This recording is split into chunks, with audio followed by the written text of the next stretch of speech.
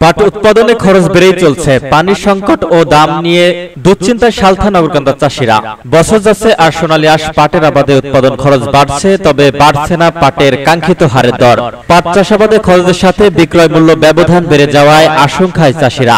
গত বছর প্রকারভেদে প্রতিমন পাটের মূল্য ছিল 2500 থেকে 3000 টাকা। এতে উৎপাদন ব্যয় আর বিক্রয় মূল্য ছিল সমমান, যে কারণে পাট চাষিদের চোখে মুখে ছিল না হাসি। পাট উৎপাদনের দেশের শীর্ষে অবস্থানে ফরিদপুর, আর এই ফরিদপুরের মধ্যে সবচেয়ে বেশি পাট আবাদ হয় সালথা ও নগরকান্দা উপজেলার।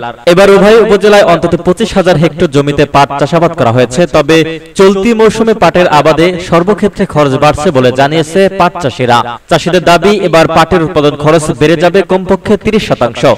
তাই পাট উৎপাদন খরচে ঊর্ধ্বগতির লাগাম টেনে ধরতে কৃষি বিভাগের সহযোগিতা চান স্থানীয় পাট চাষিরা। সম্প্রতি সরজমিনে গিয়ে দেখা যায়, সালথা ও নগরকান্দা উপজেলার মাঠ থেকে পেঁয়াজ তুলে নেওয়ার পরপরই বর্তমান পাট আবাদ নিয়ে কৃষকরা ব্যস্ত সময় পার করছেন। আর যারা আগাম বীজ বপন করেছিলেন তাদের ক্ষেতের পাটের চারা 2 থেকে 3 ফুট লম্বা হয়েছে। বর্তমানে পাট চাষিরা কেউ পাটের ক্ষেতে সেচ দিয়ে ভিজাচ্ছে, কেউ বা ক্ষেত থেকে আগাছা পরিষ্কার করছেন। তবে শুকনো মৌসুমে বৈরী আবহাওয়ার কারণে পানির অভাবে পাট চাষের সাথে সম্পৃক্ত প্রায় সকল ধরনের উপকরণ ও শ্রমিকের মূল্য বৃদ্ধি এবং উৎপাদিত পাটের ন্যায্য দাম না পাওয়ায় দুশ্চিন্তা সকলের চোখে মুখে হতাশার ছাপ দেখা গেছে।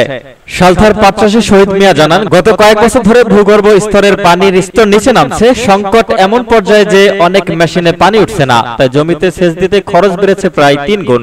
সে সাথে সার ওষুধের দাম তো বেড়েই চলছে, যে কারণে ব্যয়ের সাথে আয় মেলাতে না পেরে হাঁপিয়ে উঠছেন কৃষকেরা।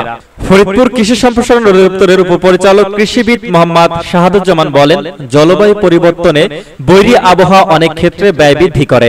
তবে ভালোভাবে পরিচর্যার মাধ্যমে উৎপাদন বাড়াতে পারলে ব্যয় হার কিছুটা কমবে।